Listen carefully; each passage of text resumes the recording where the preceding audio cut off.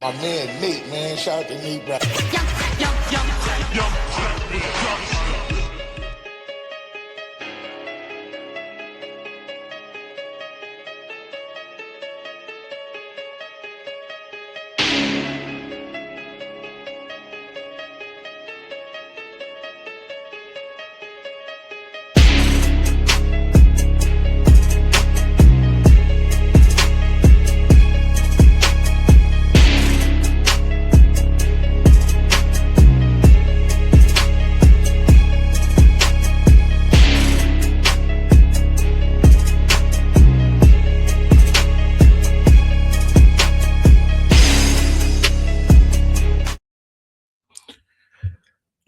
What up? What up? What up?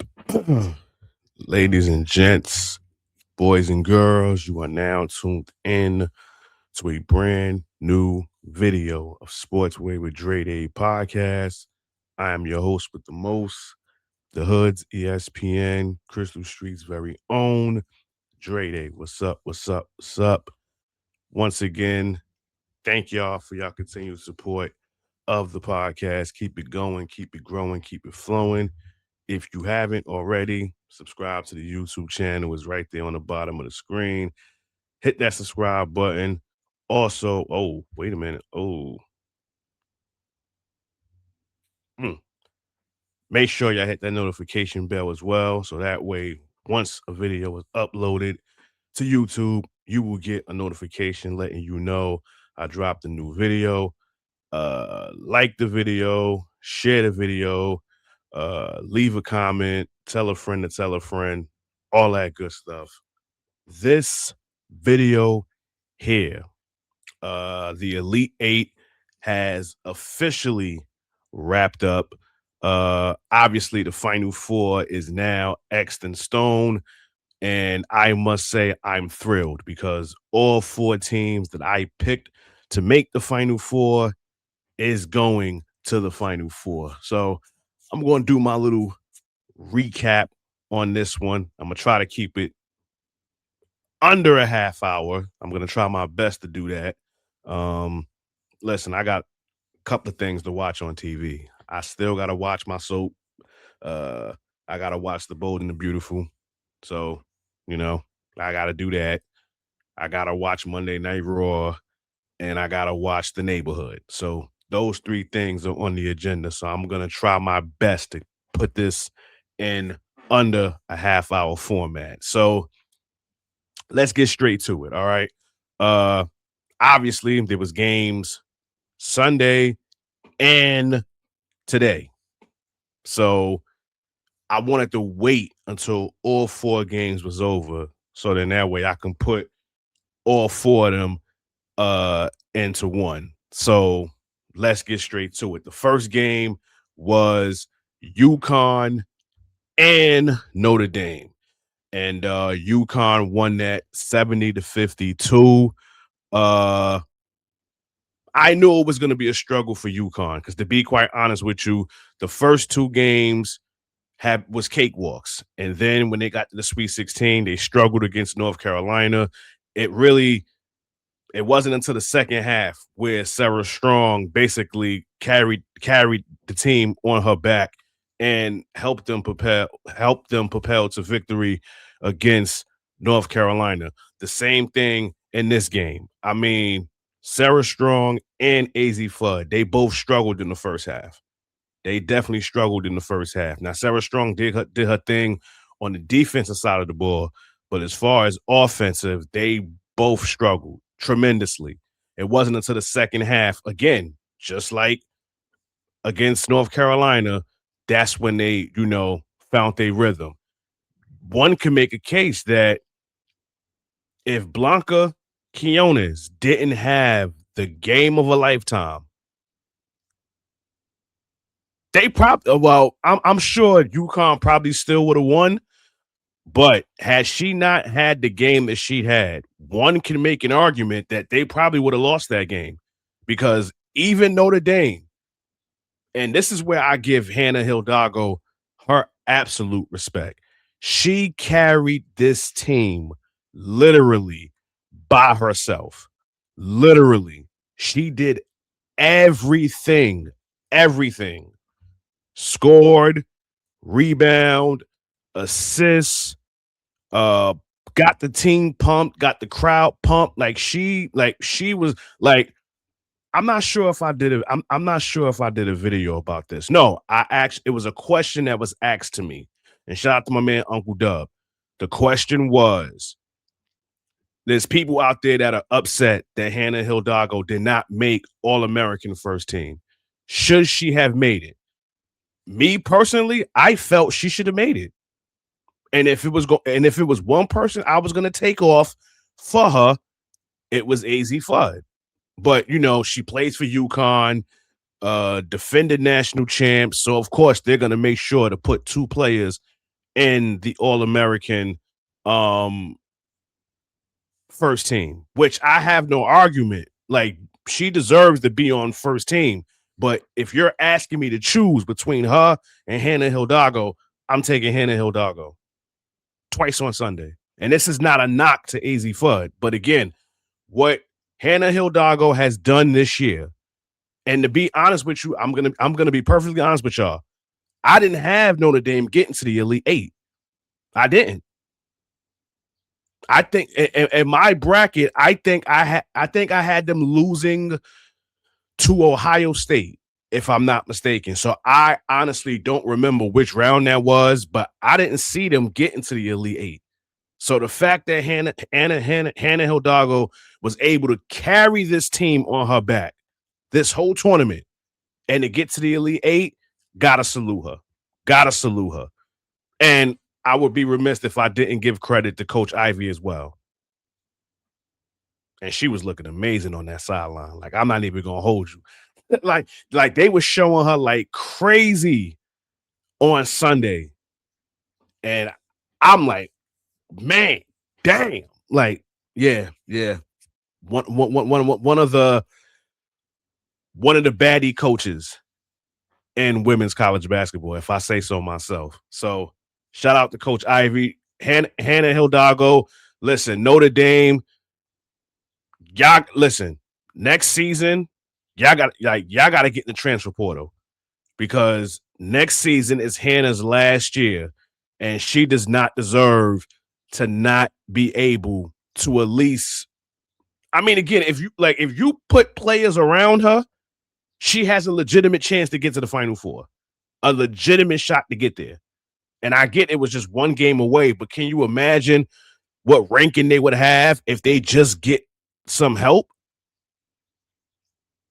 Just something to think about. But yes, UConn is advancing to the Final Four. I think this is their 25th appearance, if I'm not mistaken. Just monumental. So Coach Auriemma, salute once again. Yeah, I'm excited for the Final Four, to say, if I say so myself. The next game, UCLA and Duke. Now, the crazy thing is, Duke had this game in the beginning. I'm not gonna say they had the game, but they had a lot of momentum in that game. You know, they was riding high from that game-winning shot that Ashlyn Jackson had against LSU, and they carried that into their elite game against UCLA. And then the second half, Lauren Betts showed why she's one of the top players in the league, carried UCLA on her back. But let's keep it all the way 100. Ashlyn Jackson did not have a good game. Fournier did not have a good game. I mean, honestly, the only person that you can say that saved the only person that you can say that saved Duke was Tiana Mera. Hopefully I said her name right. I know she wears number 22, so hopefully I said her name right. But she was the only one that actually truly showed up in that game, because, again, like I said, Fournier, Thomas, and Jackson. In fact, Jackson didn't score at all. So for you to have the game that you had against LSU and for you to struggle with this, not good. Not good. Like you picked the wrong time to mess up. The wrong time. And again, I think this is the second straight year that Duke made the Elite Eight and unfortunately got bounced. So yeah, that's something that I think LSU is going to seriously have to look into this offseason. Do they go into the do they go and pick somebody up in the transfer portal? I mean, I think that all depends on if Coach Lawson is going to still be there. Because obviously we are all waiting for to see what happens with Kim Cardwell at Tennessee. Because if she winds up getting the axe, which I don't even want to spread that on her, if she does, then obviously we know who Tennessee is going to try to get permission to speak to. And that would be Carol Lawson, because she's a former Tennessee alumni. But I think, I mean, I don't want to put words in her mouth or thoughts in her head, but I think she wants to create her own legacy at Duke. And I can respect that. Because usually, you know, former players will go through tooth and nail to go back to their alumni. But I don't see her doing that. I honestly don't see her doing that. But yeah, kudos to Duke. But I just think, you know, there's some pieces that are missing that could probably get them to the Final Four. And it's unfortunate because both Duke teams lost. Both of them. The men and the women.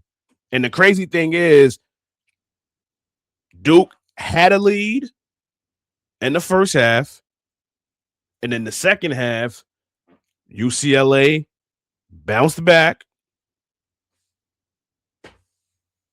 and then gained a big lead on them. So they had a big lead, lost a big lead, and then lost to a big lead. So congrats to UCLA. Congrats to UCLA. This is the second straight year they're going to the Final Four.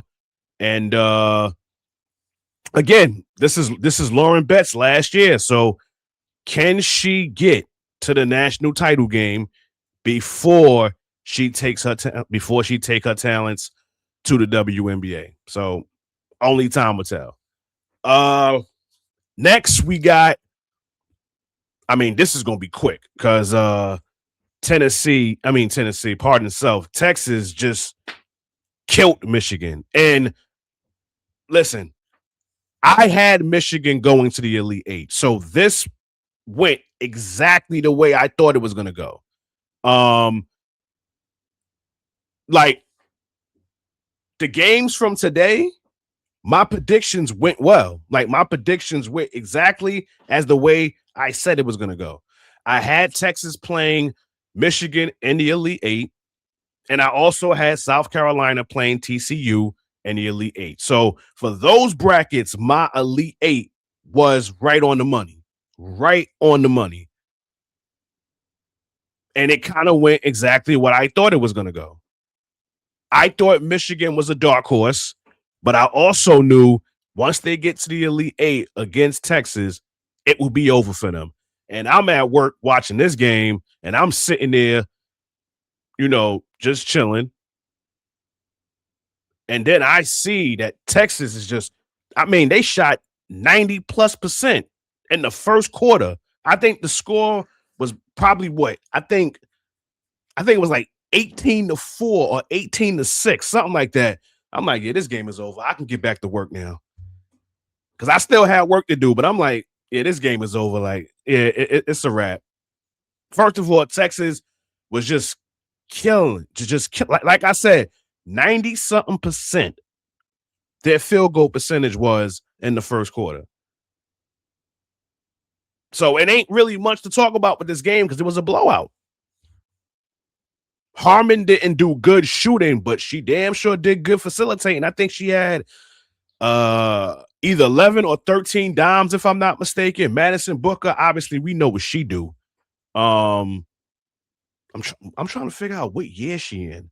I think she's a junior too, if I'm not mistaken, because I know she's not a sophomore, and she's definitely not a senior. So I think she's a junior, if I'm not mistaken. I gotta check on that. But 77-41. That's it. And now Texas is going to their second straight Final Four. And then we close it out with South Carolina and TCU. South Carolina had me nervous in the beginning. They definitely had me nervous in the beginning. Tessa couldn't find her shots. Raven couldn't find her shots. I mean, later on, she was able, later on in the game, they was definitely able to find their shots. I mean, Raven Johnson, I mean, shit. 4 for 12 from the field. Just bad. But the 3-pointers she needed to make, she made. Tessa didn't really catch her groove until the second half. I don't know why I keep saying second quarter. It's second half. Joyce Edwards did her thing. Makia off the bench. Wow.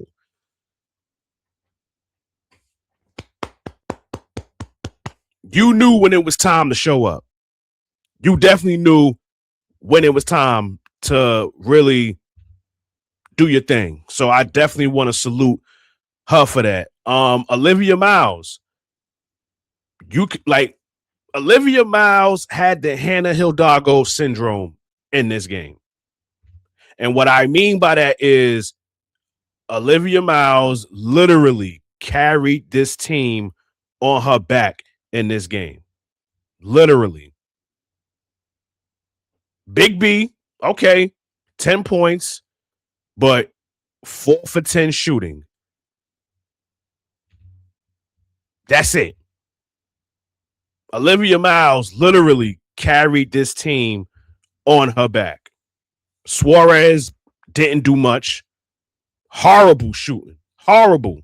I think she only made 1 3. I think she took 8 or 9 threes, only made 1. So, like Hannah Hidalgo, which it's ironic that they was playing with each other at Notre Dame 2 years ago.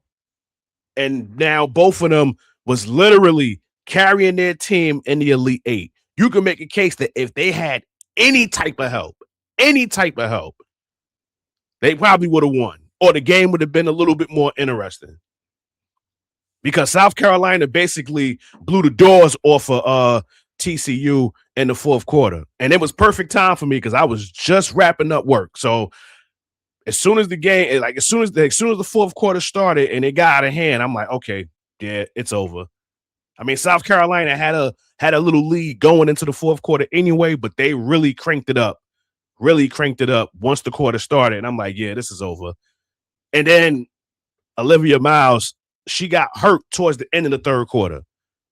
So once that happened, you can definitely say, okay, Olivia out. So now we really got to execute now because ain't nobody else doing nothing on their team. So now let's really bury them. And that's kind of what happened. So, yeah, my Final Four is what I predicted. See, unlike the men, I'm trying to think who I had. I know I had Duke. I had them winning the whole thing, and obviously we know how that played out. I had Arizona. I have Arizona. I have Michigan. Let me see if I could pull up my bracket before I get up out of here. Let me see if I could pull up my bracket real quick.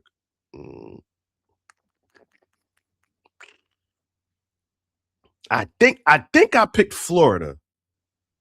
I think Florida was my other team to go.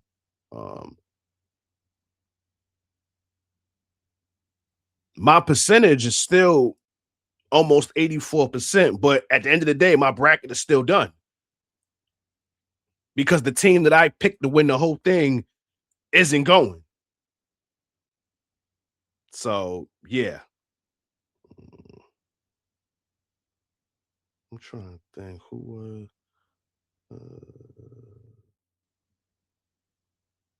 It might have been. Yep, it was Florida.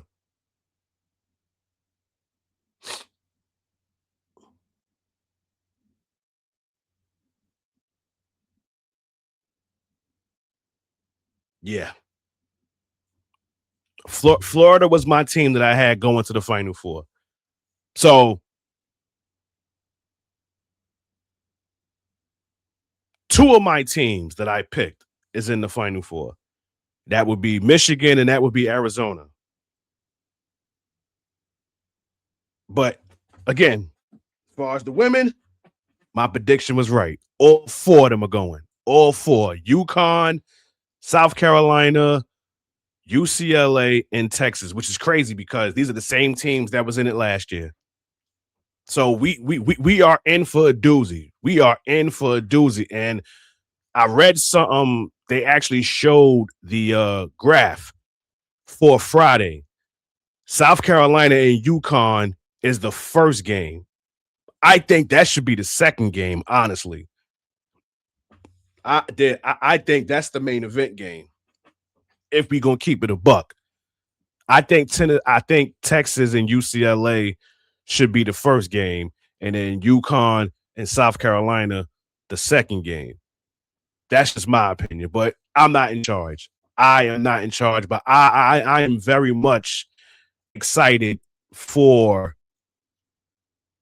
that game. Both games, to be exact. I'm gonna just give my predictions real quick because I'm at close to 22 minutes, so I'm gonna try to get it to 25. Uh, Gino and Dawn Part 3. Unfortunately, it's not the Part 3 I wanted. I wanted them to meet in the national title game, but being that South Carolina was the last of the number one seeds, obviously, the way it's set up, the number one overall will play the last number one. And that's how we got UConn and South Carolina in the national semifinals as opposed to the national championship game. I will say this, though. If Raven Johnson, Tessa, and Tanaya Latson have any duplicate performance like they had in the Sweet 16, they got a chance to beat UConn. They got a chance. Because all three of them have to be hitting on a chord. It can't just be Joyce Edwards. So all four of them is going to have big games in order for UConn to win this, in order for South Carolina to win this game. And I'm interested in the matchups. I'm very much interested. I don't see Joyce Edwards going up against Sarah Strong. I don't see that. And vice versa. I don't see it. Does Raven Johnson take the task and go up against AZ Fudd? I'm very much interested in these matchups. I'm very much interested to see how these matchups is going to play out. But if I had to pick, UConn's my team, so I have to pick UConn. I have to pick them. I got to be loyal to my girls.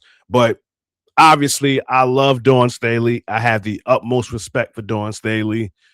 But I'm going with the Lady Huskies to get the dub. So there you have it. And then Texas and UCLA, I'm gonna go with Texas. I think Texas has the formula. They have everything that you need to beat UCLA. I do. Kiki Rice is gonna have to step up big time in this game. What's her name? Dang, I don't want to muffle her last name. Juarez. I know she wears number 11. Gabriella. That's her first name. She's gonna have like. They didn't play well in the Elite Eight. They did not play well, and they didn't shoot well. So Kiki and Gabriella are going to have better games if UCLA has any chance of beating Texas. Because if they don't have a good performance, we might see another blowout from Texas, because I think in all their games so far in this tournament, they have won by 20 plus points. Every game in this tournament, they have won by 20 plus. So if Gabriella and Kiki does not help Lauren Betts, we're going to see another 20 plus point victory for Texas. So there you have it. So listen, y'all hit me in the comments and y'all tell me what y'all think. Since the Elite Eight is wrapped up, the Final Four is now here. What is your prediction? Who's winning the Final Four games, and which two teams is going to meet in the national championship game? So y'all hit me in the comments and y'all tell me what y'all think. It's a wrap for this video. Once again, thank y'all for y'all continued support of the podcast. Keep it going, keep it growing, keep it flowing. If you haven't already, subscribe to the channel. It's right there on the bottom of the screen. Again, hit that notification bell so that way once a video is uploaded, you will get a notification letting you know I dropped a new video. Like the video, share the video, leave a comment, tell a friend, all that good stuff. In closing, y'all know how this goes. This has been another video of Sportsway with Dre Day podcast. I got to go. It's time to watch Bold and the Beautiful. It's time to watch Monday Night Raw. It's time to watch The Neighborhood. Catch you on the flip side. God bless. Peace and love. Your boy is out of here.